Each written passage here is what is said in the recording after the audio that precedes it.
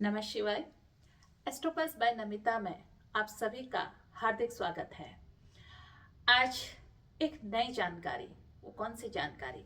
हमारा शरीर जो है ना, पंच तत्वों से बना है। तो आपका जो हॉरोस्कोप है उसमें जो भी ग्रह राशि बैठी हुई है वो सब हमारे शरीर में मौजूद है। आज मैं आपसे बात करने वाली हूँ वायु तत्व की, एयर एलिमेंट। तो आपने फायरी एलिमेंट, अग्नि तत्व, अर्थ एलिमेंट, पृथ्वी तत्व, और आज बात आ रही है वायु तत्व की।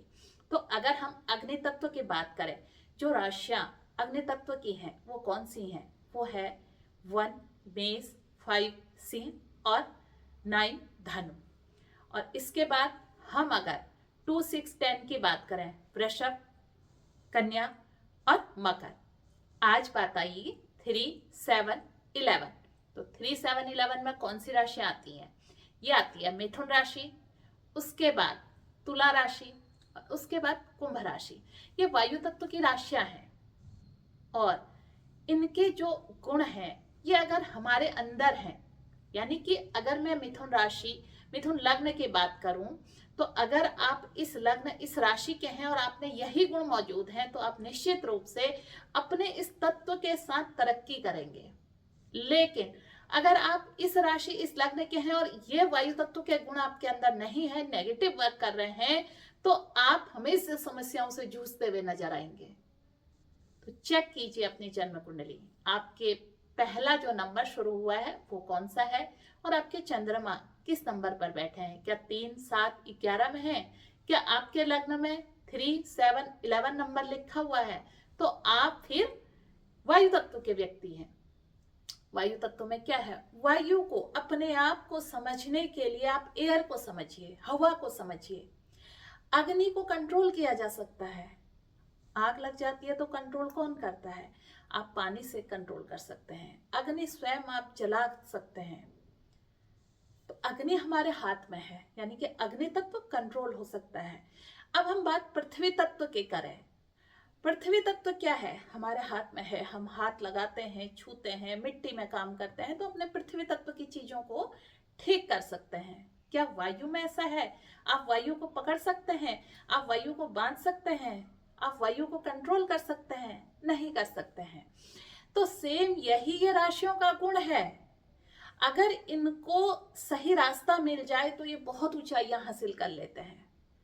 लेकिन अगर इन्हें सही राह नहीं मिलती, सही मार्गदर्शन नहीं मिलता, तो सबसे ज्यादा डाउनफॉल इन्हीं का होता है। अब हमने वायु को समझा, तो अब अगर हम इनके विचारों की बात करें, ये स्वतंत्र विचार के होते हैं। क्यों? क्योंकि वायु है इसमें अपने आप में। तो सबसे पहले हम इसमें बात करते हैं मिथुन राशि। स्वामी कौन है इसके? मरकरी। अब बुध जो है, बुध अगर स्वतंत्र रूप से सोचेगा तो सोचो कि वो कैसा कार्य करेगा, उसकी बुद्धि कितनी रचनात्मक होगी।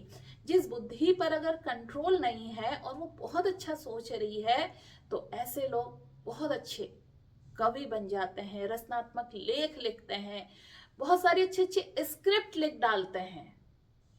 ये वायु तत्व करता है। अब बात करें अगर तुला की, तुला भी इसी में आया, लिब्रा साइन। अब लिब्रा का आप साइन देखिए, न्याय। और लिब्रा हर चीज बैलेंस करती है। वो अगर एक विचार को इतना उठाएगी, सोचेगी, तो दूसरे से उसको कंट्रोल करने की सोचेगी। बहुत ज्यादा, जैसे मिथुन लग्न या मिथुन राशि के है ना, बहुत ज्यादा बहाव पर रहते हैं, बहते हैं। लेकिन अगर हम बात करें तुला राशि, तुला लग्न के लोगों को, ये बैलेंस रहते हैं। ये अगर जरा सी इतना सोचते हैं तो दूसरी तरफ उसके नेगेटिव पक्ष, पॉजिटिव पक्ष के बारे में भी सोच के फिर विचारों के बहाव में बहते हैं। पर इसका आपका तत्व अगर ठीक नहीं है तो फिर आपके अंदर नेगेटिविटी भरने में भी समय नहीं लगता है। इसलिए जब भी जीवन में ये लोग निर्णय लेते हैं तो बैलेंस करके लेते हैं। ये घबराते नहीं हैं। इनके अंदर घबराहट, कितने ही बड़ी सडन के जीवन में, लाइफ में कुछ भी हो जाए, आप इनके अंदर घबराहट नहीं देखेंगे। शांत चित्त होकर अपने पूरे कार्य को कंप्लीट करते हैं। ये इनकी पहचान है। आप तुला लग्न और तुला राशि वालों को देखेंगे ना, तो आप ये एकदम, कितनी गंभीर समस्या हो, बाकी लोग उसमें बिल्कुल ऐसे हंगामा कर देंगे, लेकिन ये लोग एकदम शांत होकर बैठ के उस पर विचार करेंगे और तब जाकर किसी ठोस निर्णय पर पहुंचते हैं। इसलिए तुला राशि, तुला लग्न के लोग अगर बिजनेस करते हैं तो ये सफल होते हैं। ये जिस जगह पर जाते हैं वहां पर इसलिए सफल होते हैं कि इन्हें सोचने की क्षमता जो इनकी वृहद होती है, ये बैलेंस करके सोचते हैं, एक तरफा निर्णय नहीं देते हैं। अब अगर हम बात करें कुंभ, कुंभ रंग, कुंभ राशि, ये लोग बड़े गंभीर होते हैं। ये अपनी चीजों को, क्या है ना, कुंभ का आपने साइन देखा, घड़ा है, घड़े के अंदर क्या है नहीं पता, तो एक विचारों का विचार इनके अंदर होते हैं, समाज की इसी समाज में एक नई क्रांति कर सकते हैं। तो कुल मिलाकर देखा जाए, जो ये विचार है ना, ये वायु तत्व में ज्यादा पाए जाते हैं। इनके विचारों में बहुत सारी विराटता होती है, एक तरह से बहुत बड़े रूप में ये चीजों को देखते हैं, सोचते हैं। तो कुंभ में ये सबसे ज्यादा पाया जाता है। फिर दूसरा क्या है, ये शनि से प्रभावित राशि है। जहां शनि ने कर्म को अंजाम दिया, वहीं फिर ये अपने विचारों को सोचने के लिए फिर एक घड़े के समान गहराई में जाके उसमें गोता लगा के, क्योंकि घड़े की जो गहराई है पता ही नहीं है, तो उसमें गोता लगा के फिर ये नए विचारों को लाकर ऊपर लाता है और वहीं छांट लेता है। तो अगर इसका अपना तत्व ठीक है तो ये गलत विचारों को वहीं दबा देता है और अच्छे विचारों को ऊपर उठा लाता है। आप कभी अपने, आप जब अंदर झांकते हैं, अगर हम आत्मविश्लेषण की बात करें, आत्मचिंतन की बात करें, तो ये कुंभ लग्न, कुंभ राशि वालों में बहुत ज्यादा पाया जाता है। ये कम बोलते हैं, सोचते ज्यादा हैं, ये चीजों को उस प्रोसेस में डालते हैं, तो फिर उसके बाद उस पर पूरा एक ना फॉलो अप करना, या उस चीज को पूरा मनोयोग से चीजों को करना, ये इस तरह का काम करते हैं। कुंभ लग्न के और कुंभ राशि के लोग दार्शनिक ज्यादा होते हैं और इन्हें ज्यादातर अंतर्मुखी भी इसलिए कहा जाता है। ये बहुत ज्यादा हंसी मजाक इस तरह की चीजों में नहीं होते हैं। जहां कन्या लग्न, कन्या राशि, मिथुन लग्न, मिथुन राशि के लोग इस तरह से रिलेशन बहुत जल्दी बिल्ड कर लेते हैं, कुंभ लग्न वालों में ये बात नहीं पाई जाती। विचारों में स्वतंत्र होते हैं, लेकिन ये रिलेशन को बहुत सीमित रखते हैं। ये हर किसी से एकदम बहुत नजदीकी से नहीं जुड़ते हैं, ये इनकी खासियत होती है। तो आप अगर वायु तत्व के हैं तो फिर कुछ इसमें इनमें कमियां भी होती हैं। अगर आपने अपने वायु तत्व को पूरी तरह जागृत नहीं किया तो इनमें श्वसन तंत्र से संबंधित रोग भी देखे जाते हैं। क्यों? क्योंकि जैसे अगर हम फायरी एलिमेंट की बात करें तो उसको कंट्रोल किया जा सकता है, क्योंकि अग्नि है, ऊर्जा है। ऊर्जा को आप खेल के, कूद के, जिम जाके, इस तरह की चीजों से अपनी एनर्जी लेवल को आप ठीक कर सकते हो। इसी तरह अगर हम पृथ्वी तत्व की चीजों को ठीक करने की बात करते हैं तो हम किस में करते हैं? हम मिट्टी में चले, मिट्टी में, जमीन में बैठे, जमीन में रहे। तो नेचुरल है कि हम लोग जमीन पे ही रहते हैं। इसलिए जो ये पृथ्वी तत्व के लोग हैं, इनकी परेशानियां आती हैं, छूकर चली जाती हैं, ज्यादातर ये लोग ठीक रहते हैं। अब अगर हम वायु तत्व की बात करें, अब वायु तत्व में क्या है, आप वायु को छू नहीं सकते हो, पकड़ नहीं सकते हो, कुछ नहीं कर सकते हो। तो आपके अंदर अगर वायु जानी है, उसको बैलेंस करना है, तो आप क्या करोगे? तो इसके लिए इनको सबसे ज्यादा प्राणायाम की आवश्यकता होती है। अगर आप कुंभ कुंभ यानी कि कुंभ के हैं, तुला के हैं, या आप मिथुन के हैं, तो आपको 100% अनुलोम विलोम यानी कि वायु को अपने शरीर में भरना और छोड़ना।